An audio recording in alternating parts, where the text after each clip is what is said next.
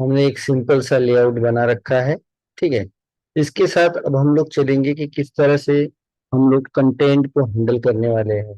ठीक है, लेआउट इसलिए मैंने एग्जांपल लिया, ये एग्जांपल हम लोग एक कंटेनर और कंटेंट के साथ भी ले सकते थे, लेकिन जबकि आपको रियल टाइम लेआउट के साथ काम करना है तो इसी वजह से हम लोगों ने एक लेआउट का ही एग्जांपल यहाँ पे ले रखा है। अब ये जो सेक्शन 1 2 3 है, ये हमारे पास कंटेंट है। ठीक है, इनका जो कंटेनर है वो भी हमारे पास है, दैट इज सेक्शन कंटेनर। ठीक है, इसे हम लोग अलग अलग तीनों को कलर दे देते हैं, जिसकी वजह से क्या होगा कि हम लोगों को समझ में आएगा कि कौन सा वाला सेक्शन 1 2 3 है वो चीज। ठीक है, बैकग्राउंड कलर मैं यहाँ पे दे देता हूँ गोल्ड,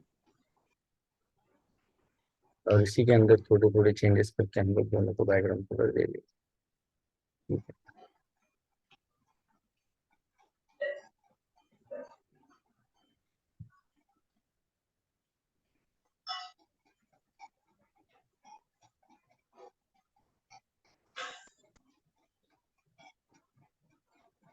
सेव कर लेते हैं, आउटपुट देख लेते हैं। ठीक है, देखिए अब सेक्शन 1 2 एंड 3 अगर आप यहाँ पे देखो सिंपली, तो क्या हमारा सेक्शन कंटेनर जो है उसके सेक्शन आपको ये दिख रहे हैं 1 2 एंड 3, ये तीनों जो है उसके कंटेंट है।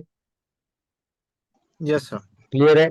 ये जो कंटेनर नाम का हमारा सेक्शन है वो है हमारा पेरेंट, और उसके अंदर ये चाइल्ड, वी कैन से ये हमारा कंटेनर है। और ये जो 1 2 एंड 3 आपको दिख रहे हैं ये है हमारे कंटेंट। क्लियर है? Yes sir. अब ये कंटेंट कोई भी हो सकते हैं, जैसे मान लो किसी, ये वाला एक बॉक्स है, इसके अंदर अगर कोई कंटेंट आप लेते हो, जैसे इसके अंदर कोई हेडिंग लेते हो, पैराग्राफ लेते हो, तो फिर ये वाला जो है 1 वाला वो आपका कंटेनर रहेगा, और उसके अंदर जो भी चीजें लोगे आप वो उसके कंटेंट रहेंगे। क्लियर? समझ रहे हो? Yes sir. समझ रहा है कि नहीं समझ रहा है? Sir sir only 7 people have joined sir, response नहीं आ रहा है सर सबका, वो चेक करिए। वही बोल रहे हो, आपको यहाँ पे सिंपली ये समझना है कि सेक्शन कंटेनर, ओके ठीक है, सेक्शन कंटेनर के लिए मैं ये बाकी लोगों का जो है बॉर्डर निकाल देता हूँ, तो आपको बॉर्डर वाला सेक्शन कंटेनर है ये इजीली समझ में आएगा। ठीक है, यहाँ से हम लोग हटा देते हैं बॉर्डर इन तीनों में से।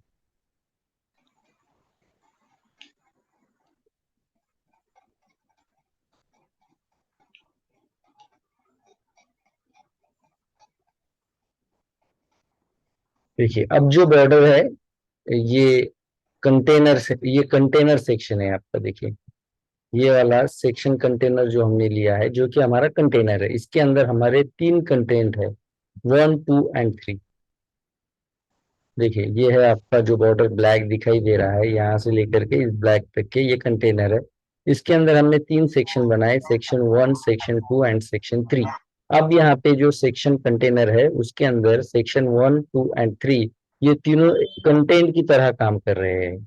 ये सेक्शन कंटेनर के अंदर के 3 कंटेंट है, हम लोग इजीली एचटीएमएल देख के समझ सकते हैं। क्लियर है ये चीज आप सभी लोगों को?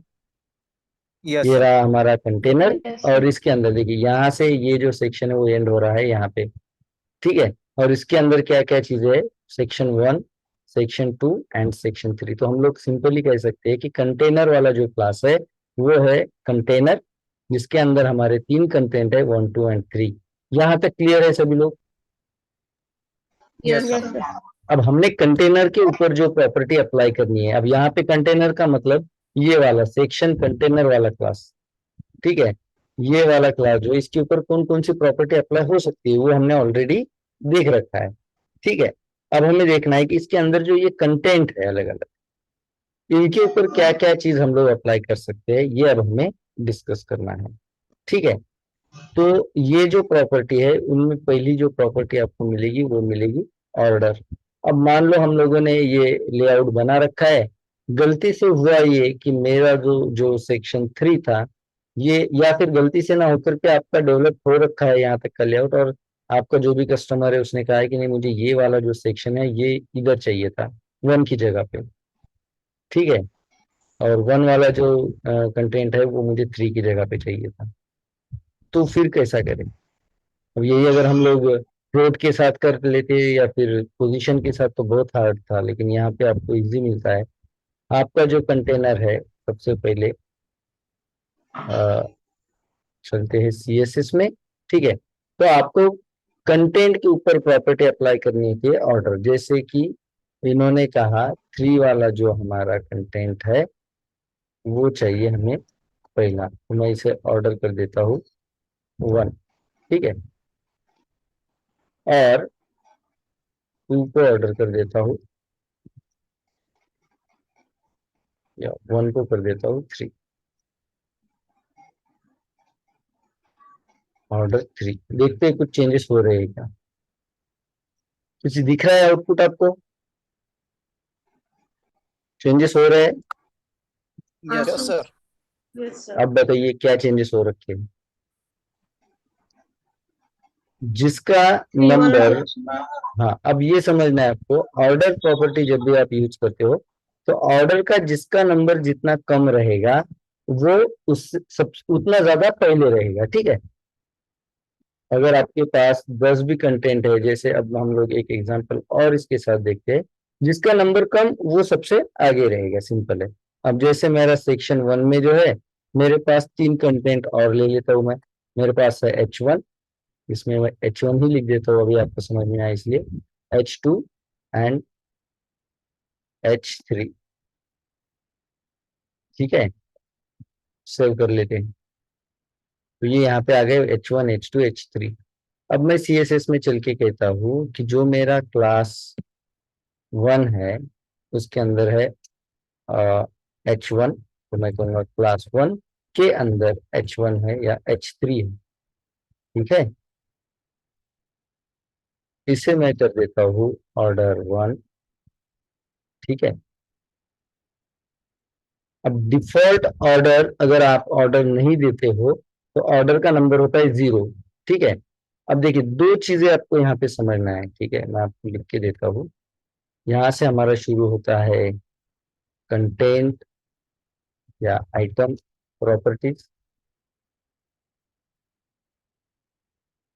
ठीक है,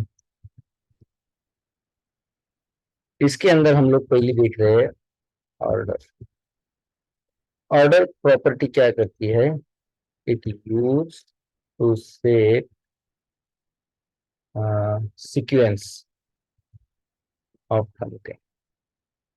किस सीक्वेंस में आपको ये कंटेंट चाहिए ये सेट करता है आपकी ऑर्डर वाली प्रॉपर्टी। ठीक है, इसके अंदर आपको याद रखना है डिफॉल्ट नंबर ऑफ ऑर्डर या और default value of order. Default value और नंबर ऑफ ऑर्डर इज 0। ये 0 होता है, कुछ नहीं, इसका मतलब 0 है।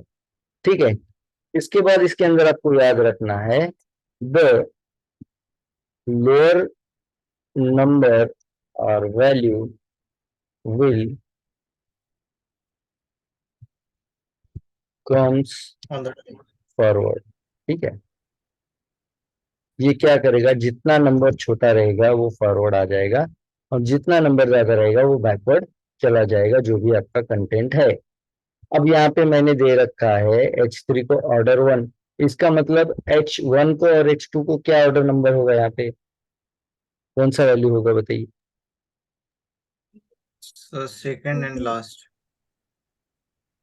नहीं, ऑर्डर का यहाँ पे वैल्यू क्या होगा, जैसे H3 को देखिए, जीरो मैंने सर, जीरो। H3 को मैंने, हाँ मैं वही बोल रहा हूँ, अगर मैंने कोई ऑर्डर दिया ही नहीं है तो इसका मतलब इसे कौन सा नंबर 0 है, करेक्ट। जीरो। Zero. अगर मैं ऑर्डर देता हूँ तो फिर बात अलग है, अगर नहीं देता हूँ तो डिफॉल्ट क्या वैल्यू है, 0 है। और हमने क्या कहा कि जिसका वैल्यू कम होगा वो आगे रहेगा, करेक्ट। Yes, sir. अब मैं यहाँ पे H1 को अगर करता हूँ ऑर्डर 1, तो इसका मतलब बाकी जो H2 और H3 है इसका ऑर्डर क्या है, 0 Zero. है। तो 0 वाला जितना नंबर कम वो आगे रहेगा, जिसका ऑर्डर नंबर ज्यादा रहेगा वो पीछे चला जाएगा। तो देखिए हम लोग यहाँ पे देखते हैं H1 को हमने दिया ऑर्डर 1। ठीक है, H2 को ऑर्डर दे देता हूँ मैं 2, ऑर्डर 2, एंड H3 को हम दे देते हैं डॉट 1 के अंदर H3 को ऑर्डर दे देते हैं 3, ठीक है। H1 का ऑर्डर 1, ओके, सेम ऑर्डर, यही ऑर्डर में लिया था हमने HTML में, H1 H2 H3, ठीक है। थोड़ा सा ऑर्डर चेंज कर देते हैं हम लोग CSS के अंदर, इसे उल्टा कर देते हैं। अब इसे मैं कर देता हूँ CSS में ऑर्डर 4, सेक्शन के ऊपर ट्राई कर लेते हैं एक बार। वेट, यहाँ पे ऑर्डर अगर 3 को मैं दे देता हूँ, नंबर ज्यादा, अब जैसे कि 1 को मैंने दे दिया है 3, तो जिसका नंबर ऑर्डर जो है वो ज्यादा रहेगा तो वो पीछे चला जाएगा। आप यहाँ पे देख रहे हो ये 1 वाला जो है वो पीछे चला गया है, ये है आपका 1 वाला। इसमें अभी के लिए मैं सेक्शन 1 लिख देता हूँ 1, तो ये रहा सबसे आखिरी चला गया। फिर मैंने क्या किया, यहाँ पे जो आपका 2 वाला बॉक्स है उसे 2 ही रखा, तो वो जहाँ पे था वहीं पे रहेगा। अगर मैं इसे कर देता हूँ ऑर्डर 4, तो अब क्या होगा बताइए। 2 वाले को अगर मैं ऑर्डर 4 कर देता हूँ तो क्या होगा,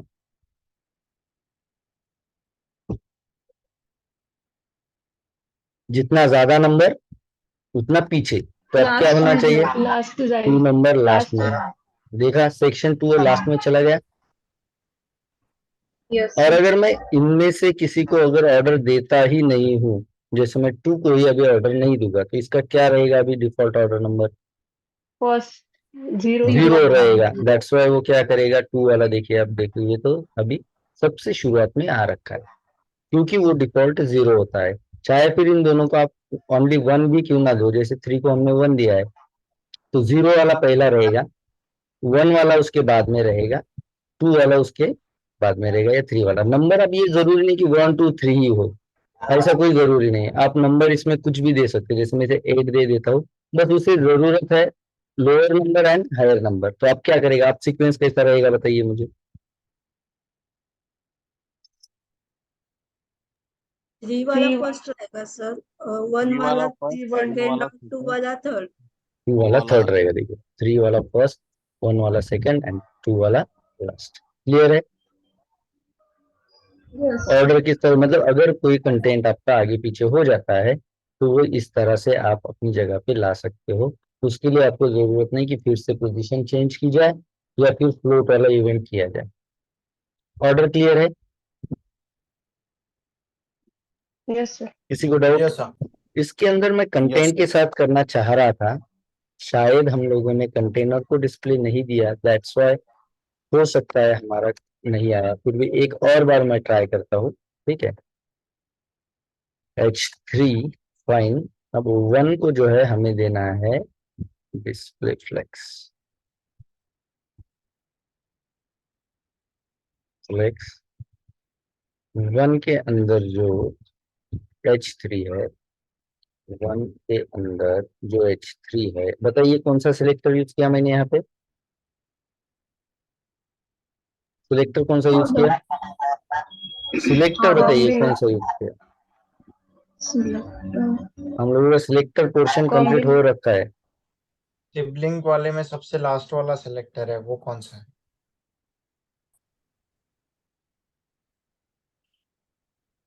डिसेंडेंट सिलेक्टर है सर। डिसेंडेंट सिलेक्टर है, करेक्ट, ठीक है। अब देखिए यहाँ पे मैंने कहा जो हमारा H3 है उसे ऑर्डर दे दिया मैंने 2, ठीक है, या इसे ऑर्डर दे देते हैं हम लोग, ओके ठीक है 2।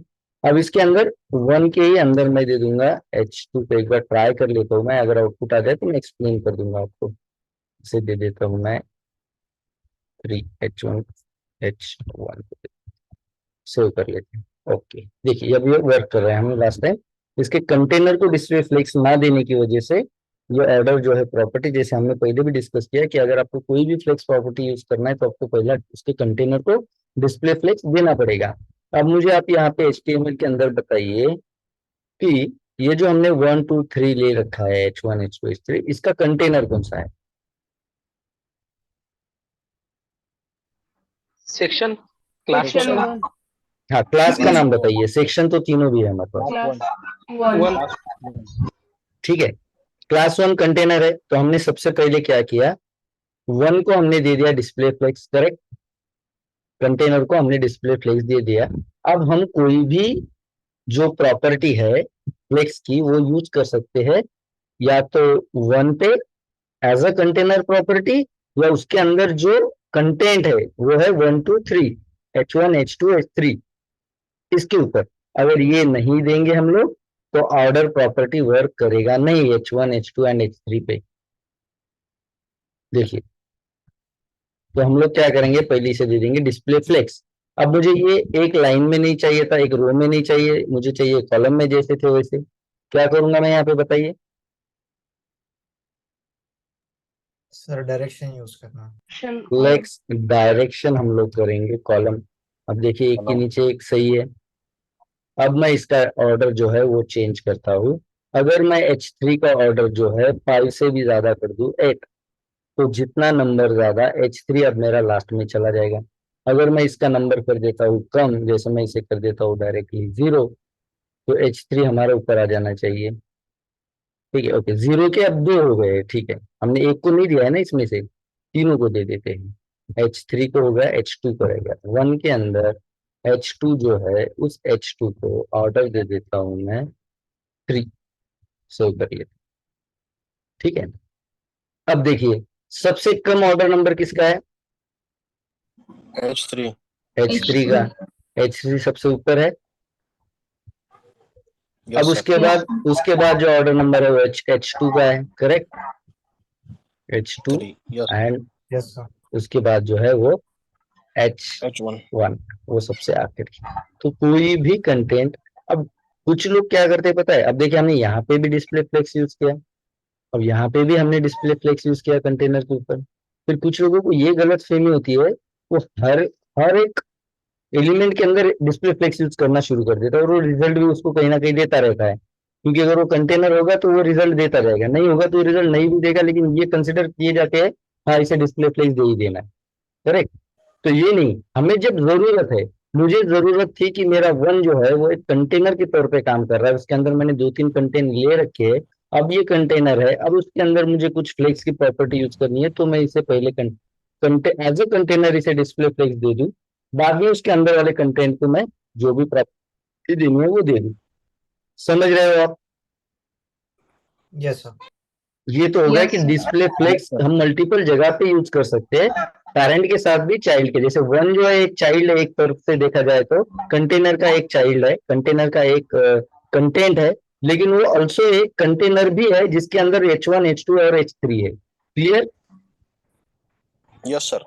हाँ, Yes. तो अगर मैं इसे कंटेनर के तौर पे इसे यूज कर रहा हूँ तो मैं इसे डिस्प्ले फ्लेक्स दे दूंगा। जैसे मुझे डायरेक्शन चेंज करना है इसके अंदर जितने भी कंटेंट है उसके, तो मैं इसे डिस्प्ले फ्लेक्स दे दूंगा, उसका डायरेक्शन चेंज कर दूंगा।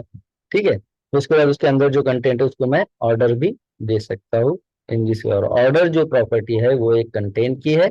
ऑर्डर का काम होता है किसी भी कंटेंट का सीक्वेंस सेट करना, कि पहले कौन रहेगा बाद में कौन रहेगा। इसमें क्या होता है, डिफॉल्ट वैल्यू 0 होती है। अगर मैं किसी को ऑर्डर देता ही नहीं, जैसे मैं H2 को अगर ऑर्डर दूं ही ना, कमेंट कर देता हूं, तो अब कहाँ पे रहेगा H2 बताइए? टॉप पे। सबसे टॉप, क्योंकि इसका डिफॉल्ट नंबर अब क्या है? 0। अब देखिए, 0 वाले 2 है हमारे पास, 0 वाले 2 है, H2 भी 0 है, H3 भी अभी हमारे पास 0 है। अब इसका सीक्वेंस क्या रहेगा?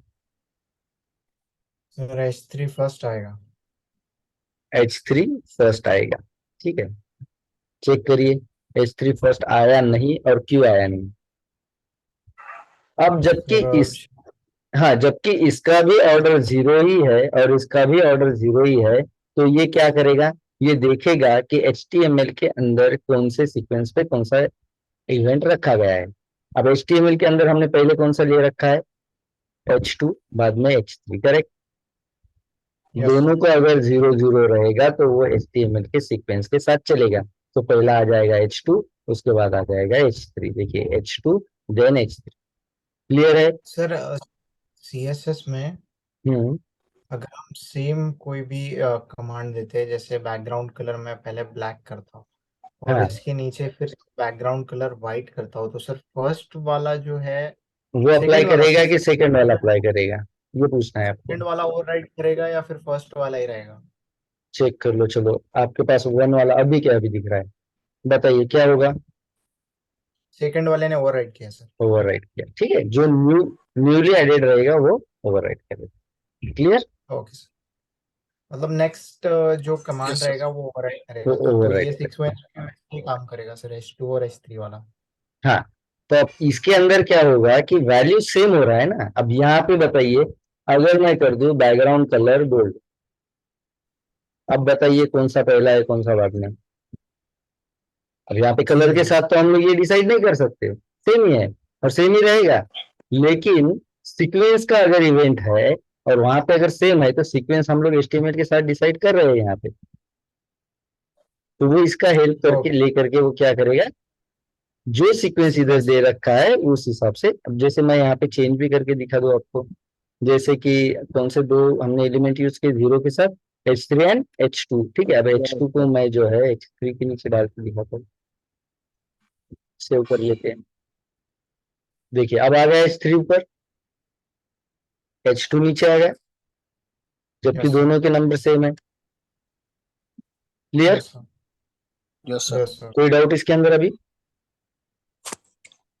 No, sir. क्लियर है ना? अब ये भी आपको साइड बाय साइड दिमाग में लेना है कि किस तरह से कोई भी लेआउट का पार्ट, जैसे यहाँ पे लेआउट का हमारा वन जो है वो एक लेआउट का पार्ट है, ये वाला गोल्ड कलर, ये लेआउट का पार्ट मैंने पहले भी क्लियर करा था कि ये वाला एक कंटेंट भी हो सकता है। जैसे ये अगर हम लोग देखें कि सेक्शन वाला जो हमारा पार्ट है सेक्शन कंटेनर, तो उसका एक कंटेंट है ये, करेक्ट। लेकिन ये कंटेनर भी है किसका, H1 H2 एंड H3 का। तो ये आपको समझना है साथ साथ, ठीक है।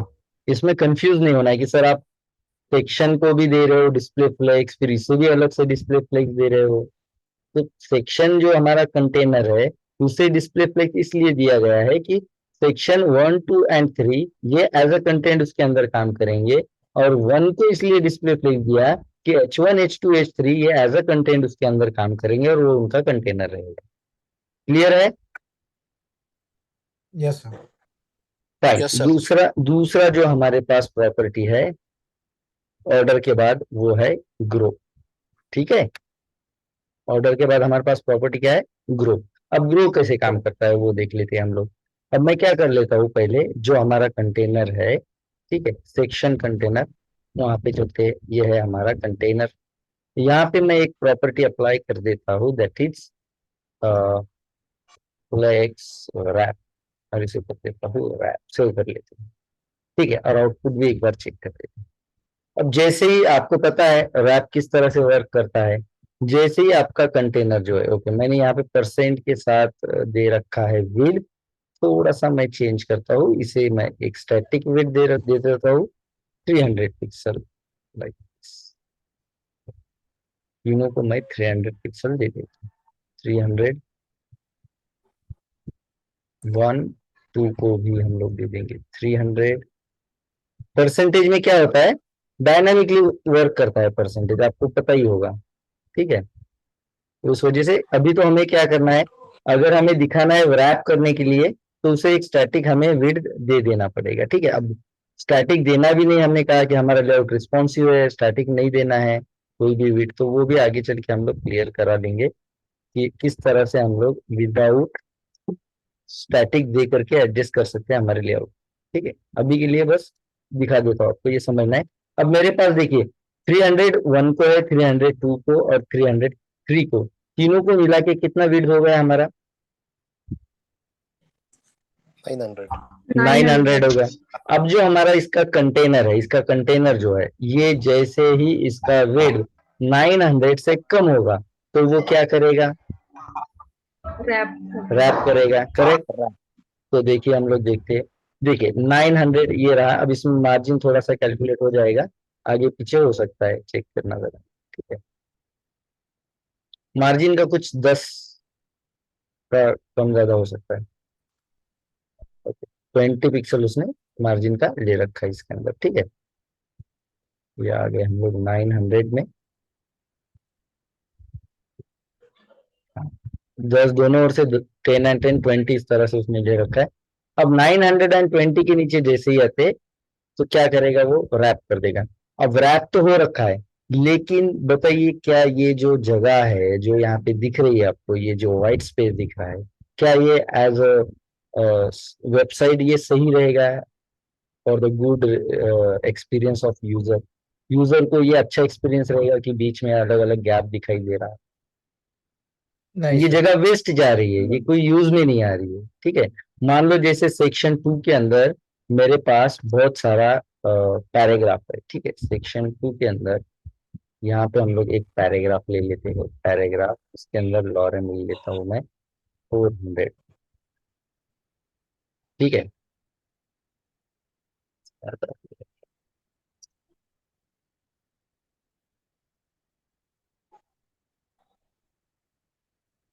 ओके इसका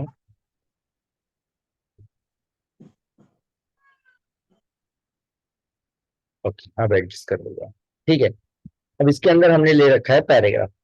अब इसकी विड्थ डिसाइडेड है हमारी, कुछ तो भी हमने 300 पिक्सल रखा है। अब मेरे पास ऑलरेडी यहाँ पे नियर अबाउट 600 जगह खाली है। क्या कोई वर्क में आ रही है वो जगह? अगर नहीं यही जगह मुझे मिल जाए तो क्या मेरा ये जो पैराग्राफ इतना ज्यादा बड़ा हो रखा है वो और भी कम जगह ले लेगा और मेरी ये जो जगह है वो भी यूज में आ जाएगी। ठीक है, यस सर। अब लेकिन यहाँ पे दो कंडीशन है। Yes.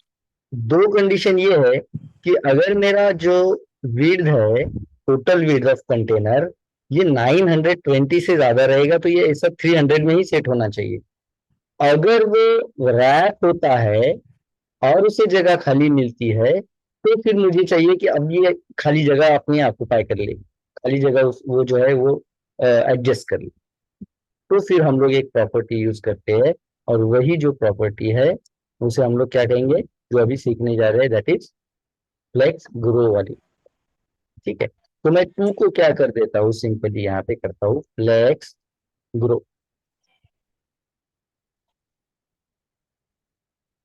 फ्लेक्स ग्रो, ऐसे एक नंबर दे देता हूँ लाइक 1।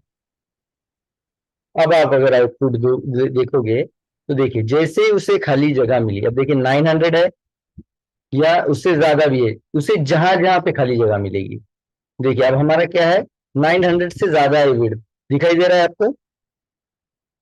वो क्या कर रहा है, यस सर। जितनी भी जगह उसे खाली मिलेगी वो क्या करेगा, अपने आप को ग्रो कर लेगा, अपने आप को बढ़ा लेगा।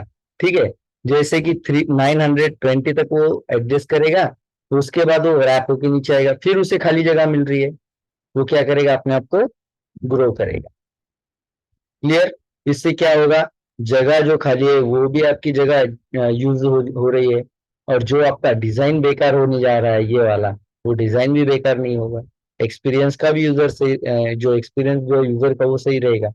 ठीक है, कि इतना सारा टेक्स्ट उसे 300 पिक्सल में लंबा हो जाता था, नीचे स्क्रॉल अप करना पड़ेगा, ये ज्यादा स्क्रॉल अप करने की जरूरत नहीं।